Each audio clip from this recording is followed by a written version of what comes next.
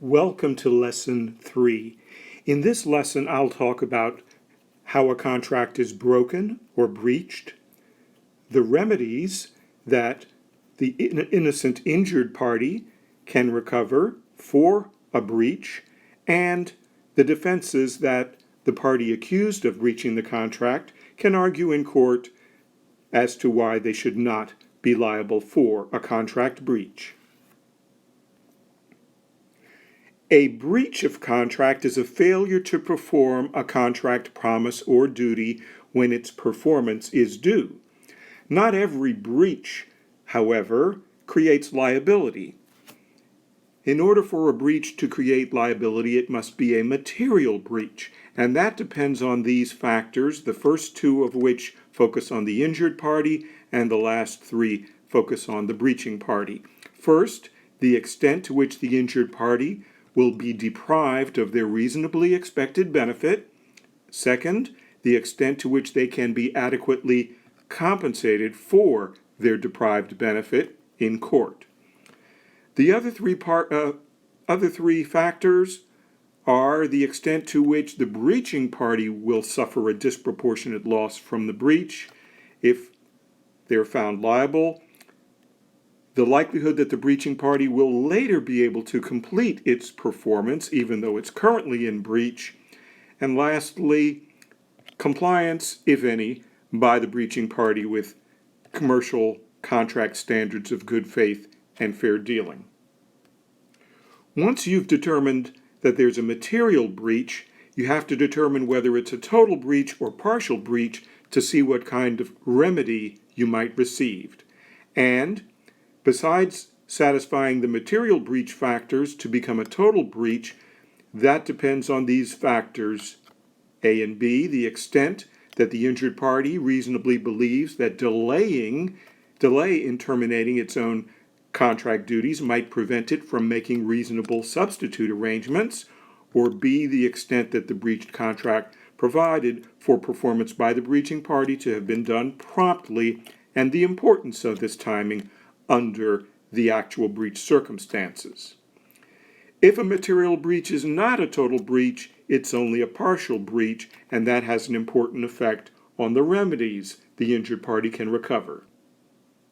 First of all, if there's no material breach at all, there's no remedy for the injured party. If there's only a partial breach, the court will award the injured party only money damages equal to the difference between the value of the breached duty if it were fully performed and its value as it was actually partially or substantially performed. Also, if there's a total breach, by contrast, the non-breaching injured party's unperformed contract duties are completely discharged, and they may recover total breach remedies described on the next page. There are three types of money damages total breach remedies, and these are the normal types of damages an injured party can recover. First of all, expectation or benefit of the bargain, money damages. This is what the injured party expected to get by the other party's performance of their promise and their own promise.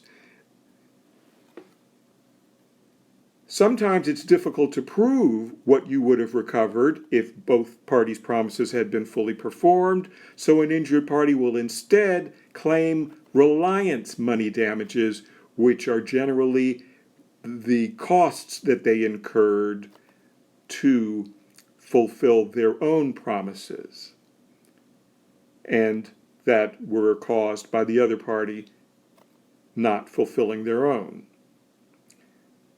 Then, if A or B is not available, or if C would provide a higher value, the injured party can choose whichever A, B, or C provides a higher amount of money damages. The injured party can get restored to them through the restitution remedy, the value provided by them to the breaching party. Now, in addition to A, B, and C, the injured party can also recover what's called incidental damages, which are usually minor out-of-pocket expenses, and consequential damages, which can be a substantial amount of money. They must have been foreseeable by the breaching party, that they could be caused by the breach, and they must be directly related to the breach. Now, besides the damages that an injured party can recover, they must subtract from those damages any cost or loss actually avoided by them not having to perform their duties, or that could have been avoided by them without any undue risk or burden once they learned of the breach. All money damages must be proved with reasonable certainty, but not absolute certainty. Now, these money damages are the usual damages in U.S. courts. However, if they would not adequately compensate the injured party can get a court order to compel the breaching party to perform what they promised. This is called specific performance.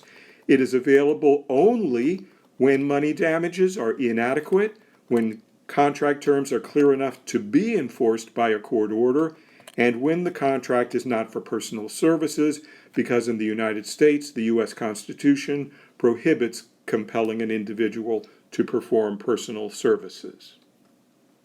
Here are some examples of the categories of material, partial, and total breach. Here is a business that A contracts to sell to B. The sale price and the value at the time the contract is made are both $1 million. Let's say that B is supposed to pay in installments, but B makes the first installment and then doesn't pay anymore, and so B pays only $500,000. Here's another important factor. During the time that A is waiting to be paid by B, the value of the business declines to $500,000. So we can speculate that B didn't want to pay more than the new value, the lower value of the business, but of course B promised to pay twice as much, $1 million. In these circumstances, A looks like they have a good argument for a total breach. They're not getting what they bargained for. If they wait for B to pay them the rest of what they promised to pay, they might not get anything from B, and they might not be able to get anything for their business at all if it keeps declining in value. So unless B has a better reason for not paying than that they just don't want to pay anymore, it looks like A could make an argument for a total breach remedy, which would be what? Well, we said the typical remedy was the benefit of the bargain, so they made a bargain for $1 million, they got $500,000, and they would argue that they're entitled to another $500,000 from the court in money damages. Let's look at another contract breach example. Here is an expensive house that an owner contracts with a builder to build, and as part of the many details of the house, one of the contract requirements, duties of the builder, is to put in pipes made by Acme. Now, the builder does everything they promised to do in building this house, except that instead of putting in pipes made by Acme, they put in pipes made by Zenith? Well, the first question we have to ask is this a material breach at all? And we would judge that by determining whether there is a difference in value between pipes made by Acme and pipes made by Zenith. If the difference in value is 0, then I think most courts would say there's no material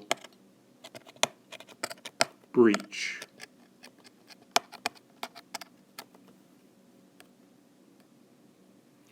However, if the difference in value between a house with pipes made by Acme and pipes made by Zenith is 1% of the value of the house, then we have to ask, is this difference in value a total breach or a partial breach? If it's a total breach, remember that the innocent party, the owner, is discharged of all of their own contract promises. If this would mean that they don't have to pay the builder anything, it's unlikely that a 1% difference in value would be called a total breach. So for 1% in value difference, it's much more likely to be considered by a court a partial breach for which the owner gets as money damages the amount of that difference in value, 1% times the house price.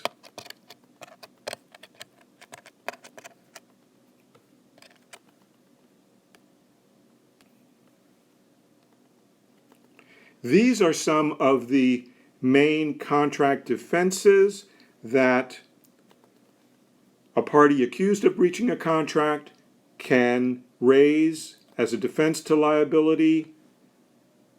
In my book, I talk a lot about contracts not to compete that are in employment contracts and unconscionability defenses to consumer contracts. So all of these defenses are described in my book. These are the chapters in my book that relate to what's here in Lesson 3. Thank you.